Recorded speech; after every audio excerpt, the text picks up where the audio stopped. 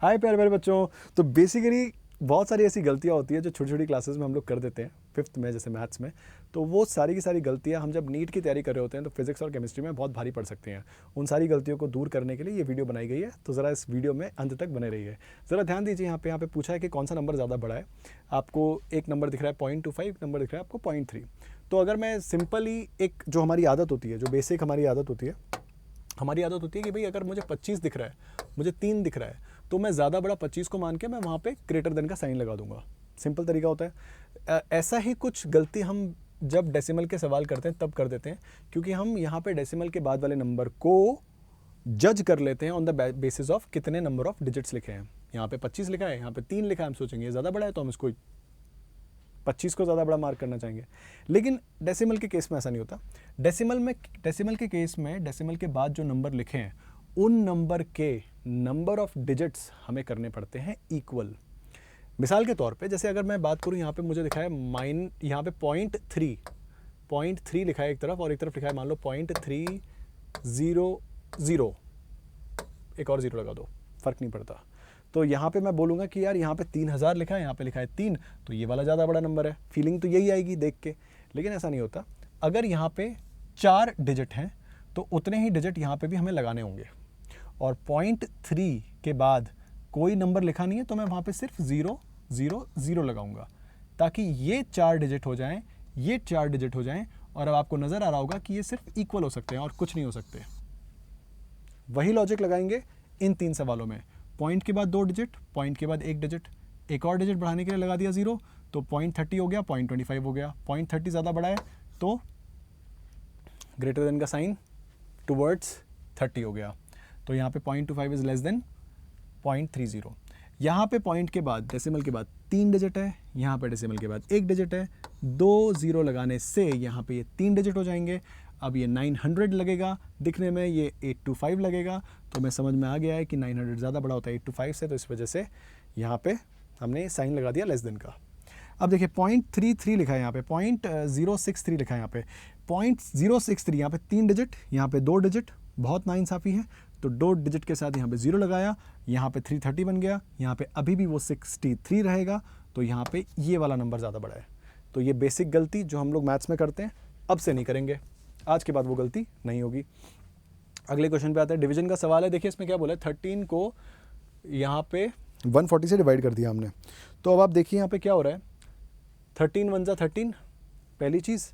और जो बच्चे गलती करते हैं तो गलती को मैं क्या रेड में मार्क कर देता हूँ। 13 1 = 13, यहाँ पे बचा 1, यहाँ पे बचा 0।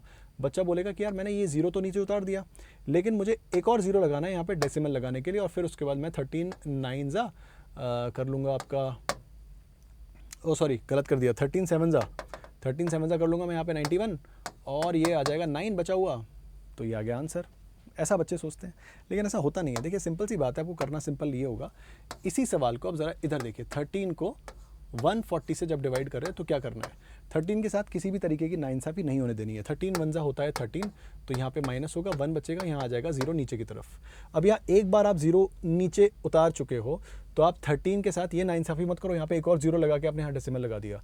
भाई उसको मौका तो दो थोड़ा भिड़ने का। मैं 13 से पूछूंगा 13 बता 10 से भिड़ सकता है क्या? 13 बोलेगा मेरा सबसे छोटा मल्टीपल है 13, 13 1 होता है 13, लेकिन मैं 13 को बोलूँगा भाई नहीं ऐसा मत कर, तू 13 0 से मल्टीप्लाई कर खुद को और 0 ही लेके आ, ताकि इसको माइनस करने पे दोबारा हमारे पास 10 बच जाए। अब इससे क्या होगा, इससे ये होगा कि आपके पास ये जो एडिशनल 0 आया ना, ये आपकी मदद करेगा। मदद मैं बताता हूँ कैसे। अब यहाँ पे यहाँ पे मेरे पास नीचे उतारने के लिए कोई नंबर नहीं बचा है। अब मैं यहाँ पे 0 लगाऊंगा, यहाँ लगाऊंगा डेसिमल, और अब 13 7 मैं देखूंगा तो ये चेक करूंगा तो ये बच जाएगा 91 और 9 आ जाएगा मेरा आंसर। अब आप कहोगे कि यार ये मैंने कर तो दिया, लेकिन कैसे चेक करें कि ये जो मैंने किया है वो सही किया है?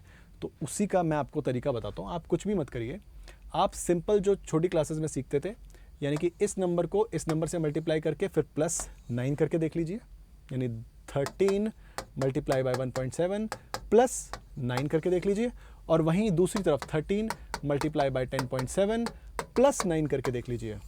जब आप करेंगे आपको खुद ब खुद समझ में आ जाएगा कि आपका कौन सा आंसर सही है, क्योंकि इस केस में आपको यहाँ पे आंसर मिलेगा ये 140 जो कि डिविडेंड है।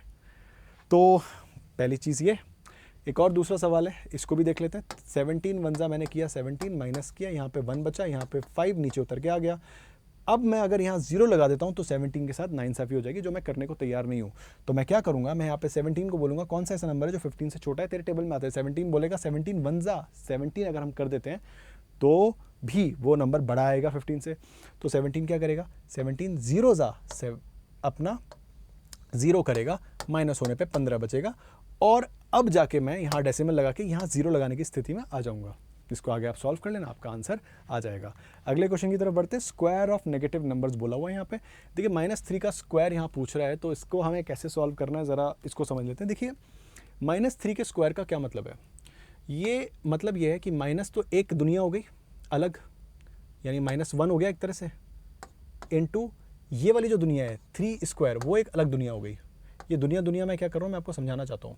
देखिए अगर मैं यहाँ पे लिखता हूँ 50, तो क्या मैं इसको 1 × 50 लिख सकता हूँ? कोई बुराई है इसमें? नहीं है बुराई, पॉजिटिव नंबर है, 2 पॉजिटिव नंबर के साथ 2 पॉजिटिव नंबर का मल्टीपल हो गया, एक तरह से 1 का और +1 का और +50 का। लेकिन कहानी थोड़ी ट्विस्ट का मोड़ लेती है। अगर -50 लिखा हो, -50 को क्या मैं -1 × 50 लिखूँ, क्या ये सुनने में सही लगेगा? बिल्कुल सही लगेगा, क्योंकि ऐसा ही होता है भाई। अगर यहाँ पे देख रहे हो तो -3 का स्क्वायर जो हो रहा है, एक्चुअली ये स्क्वायर लगा है इस 3 के ऊपर, ना कि इस माइनस के ऊपर, राइट। तो यहाँ पे जो आंसर होगा वो मेरा हो जाएगा -1 × 3 × 3 हो जाएगा हमारा 9, 3 का स्क्वायर 9 होता है, और 9 × -1 होगा -9। तो अब आप बोलोगे इस छोटी क्लास में हमें गलत पढ़ाया था क्या? माइनस वाले नंबर का अगर हम स्क्वायर करते हैं तो उसका तो हमें आंसर हमेशा क्या मिलता है, हमें पॉजिटिव मिलता है। गलत नहीं पढ़ाया गया था, लेकिन एक छोटी सी चीज़ है जो अक्सर हमसे मिस हो जाती है। अगर -3 एक ब्रैकेट के अंदर बंद होता और फिर अगर स्क्वायर लगा होता, हाँ तब ये बात सेंस बनाती है। क्यों? क्योंकि अब ये जो स्क्वायर है ना, वो इस पूरी दुनिया का मालिक है। ये स्क्वायर, ये छोटा सा 2 यहाँ पे इस पूरी की पूरे स्क्वायर के अंदर की जो दुनिया है उसका मालिक बन जाता है। यानी कि अब ये स्क्वायर 3 का भी मालिक है, अंदर वाले -1 का भी मालिक है। तो अब अगर मैं इसको लिखूंगा क्योंकि -3 का स्क्वायर हो रहा है, तो -3 को ही मुझे 2 बार मल्टीप्लाई करना है, तो -3 से भिड़ेगा तो बन जाएगा +9, और ऐसे आ जाएगा आपका आंसर। अगला केस देखते हैं। फॉर्मूला कंफ्यूजन बहुत ज़्यादा बच्चों को होती है। a + b का होल स्क्वायर बच्चे a² + b² लिख लेते हैं, a - b का होल स्क्वायर a² - b² लिख लेते हैं। तो ये वाली गलती आज के बाद आप नहीं करने वाले हैं, क्योंकि मैं आपको कुछ याद दिलाना चाहता हूँ। देखिए आपने छोटी क्लासेस में सीखा होगा कि a + b अगर ब्रैकेट में है, a - b अगर जो ब्रैकेट में है, और ये दोनों आपस में मल्टीप्लाई होते हैं, तो इसका जो रिजल्ट आता है वो आता है a² - b²। ये रिजल्ट आता है। अब यहाँ पे a + b का होल स्क्वायर, यहाँ a² + b² इंडिविजुअली, यहाँ पे a - b का होल स्क्वायर है, और यहाँ पे a² - b² इंडिविजुअली लिखा हुआ है, बिल्कुल गलत लिखा हुआ है। तरीका इसका ये होता है कि अगर आप चेक करना चाहते हो तो आप a - b को, इस a - b को 2 बार भिड़ा के देख सकते हो। और जब आप 2 बार भिड़ाओगे आप क्या करोगे, आप यहाँ पे a को पहले a के साथ भिड़ाओगे, फिर a को b के साथ भिड़ाओगे, फिर -b को a के साथ भिड़ाओगे, फिर -b को -b के साथ भिड़ाओगे। ये तरीका यूज़ किया जाता है। तो ऐसा करने पे होगा क्या, तो पहले मैं लिखूँगा a, मल्टीप्लाई कर दूंगा a - b से, फिर मैं लिखूँगा -b, ये वाला -b, और मल्टीप्लाई कर दूंगा उसको इस वाले a - b से। ज़रा समझना मैंने क्या किया, मैंने a लिखा, फिर a - b से भिड़ा दिया, फिर -b लिखा, फिर a - b से भिड़ा दिया। अब उसके बाद क्या होगा, ये हो जाएगा a × a² - a × -b हो गया ab माइनस का, और यहाँ पे माइनस का ये हो जाएगा ba, माइनस का b बढ़ेगा तो बन जाएगा माइनस का प्लस का b²। तो अब ये बन जाएगा a² + b², a² + b², और -ab और -ab, ये भी ab, मतलब आप ba लिखो या ab लिखो, बात एक ही है। तो -ab बन के बन जाएगा -2ab। अरे ये कैसे आ गया, अरे ऐसे आ गया यार, -x क्या होता है, -2x होता है, और -xy क्या होता है, -2xy होता है। -ab और -ab क्या होगा, -2ab हो जाएगा। ऐसे करके ये आंसर आएगा। तो इस तरीके से आप चेक कर लीजिए अपने फॉर्मूले को, कभी गलत मत इंप्लीमेंट कर दीजिएगा। एग्जाम में गलती नहीं होनी चाहिए, एग्जाम संभालना बेहद ज़रूरी है। मैथ्स की छोटी छोटी गलतियाँ बच्चे कर देते हैं, वो गलती मत करना। अगले सवाल को देखते हैं। x - फिर ब्रैकेट में है 2 - y।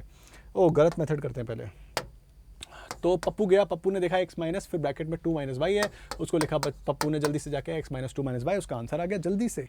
ये गलती है जो आपने की है जल्दी से। अब ज़रा इसका सही तरीका देखिए। सही तरीका इसका यह है कि x माइनस यहाँ पे कुछ नहीं लिखा, मतलब यहाँ पे लिखा है 1, यानी कि 2 माइनस वाई। अब देखिए ज़रा यहाँ क्या बैठेगी बात। x माइनस 1 अगर 2 से जाके बढ़ता है, राइट, -1 अगर 2 से जाके बढ़ता है तो बन जाता है -2। -1 अगर माइनस वाई से जाके बढ़ता है, -1 अगर माइनस वाई से जाके बढ़ता है बन जाता है प्लस का y। तो ये आ जाता है इसका आंसर। सिंपल। अगले सवाल को देखते हैं। यहाँ पे 2y लिखा है तो 2y को एज इट इज लिख लेंगे। यहाँ पे -3 लिखा है जो 2 से बढ़ रहा है, तो -3 इंटू 2 -6 हो जाएगा। -3 ये वाली चीज़ आती है। वेरिएबल्स का जब डिवीजन होता है तो क्या होता है, देखिए वेरिएबल के डिवीजन में ये पंगा पड़ता है कि अगर मेरे पास यहाँ पे x लिखा हुआ है, ठीक है, ऊपर लिखा है, ऊपर 2 टर्म्स लिखी हैं, 2x लिखा है और एक ऐड हो रही है +1 के साथ, तो बच्चे क्या करते हैं, बच्चे तुरंत जाके देख के और तुरंत पहले x को x से काट देते हैं। पूरा का पूरा खून खराबा करने का पहले बच्चे का मन करता है, जल्दी जाओ काटो, 2 + 1 3 आंसर आ गया। गलत है। सही तरीका ज़रा सुन लें क्या होता है। देखिए अगर मेरे पास 2x + 1 लिखा है और नीचे लिखा है डिवीजन में x, तो देखिए यहाँ पे एक नंबर है जिसके साथ वेरिएबल चिपका हुआ है, मल्टीप्लाई हो रहा है, प्लस में एक अलग टर्म बनी हुई है। तो यहाँ पे क्या होता है, यहाँ पे ये एक अलग टर्म है, यहाँ पे ये एक अलग टर्म है, तो आप दोनों को अलग अलग ट्रीट नहीं कर सकते। यानी कि ऊपर अगर 2 पड़ोसी एक साथ रह रहे हैं और मकान मालिक के खिलाफ हैं, तो फिर क्या होगा, यहाँ मकान मालिक अकेले से जाकर भिड़ नहीं सकता, उसको भिड़ना दोनों से पड़ेगा, जिसका एग्जांपल मैं आपको अगले वाले क्वेश्चन में दिखा रहा हूँ। जरा ध्यान दीजिएगा। इसमें क्या होगा, यहाँ पे x² + 3x अपॉन x लिखा हुआ है। यहाँ पे मैं क्या करूँगा, ऊपर वाले जो दो टर्म्स है ना, इसमें से पहले मैं कॉमन निकाल लूँगा। तो मैं क्या करूँगा, जैसे कि x निकाल लिया मैंने कॉमन, और यहाँ पे बचा x अकेला, यहाँ बचा 3 अकेला, और नीचे आ गया x। हाँ अब भिड़ा लो भाई, अब x भिड़ के यहाँ पे बचेगा x + 3, वो हो जाएगा आपका आंसर। यहाँ पे वो पॉसिबल ही नहीं है। क्यों? क्योंकि आपके दोनों टर्म्स में सिर्फ एक ही टर्म है जिसमें वो वेरिएबल आ रहा है जो डिवीजन में मौजूद है। अगले वाले को देखते हैं। अगले वाले में क्या हो रहा है, अगले वाले में लिखा है 2x³ - 3x², यहाँ पे अपॉन x, अगेन वही कहानी है। यहाँ पे मैं क्या करूँगा, कॉमन ढूंढूंगा। तो यहाँ पे मुझे दोनों में न्यूमरेटर में जो कॉमन मिल रहा है वो मिल रहा है x² कॉमन मिल रहा है। तो यहाँ पे बचेगा 2, यहाँ एक और x बच जाएगा क्योंकि 2x मैं ऑलरेडी निकाल चुका हूँ। यहाँ अकेला x बचेगा क्योंकि यहाँ 3x है।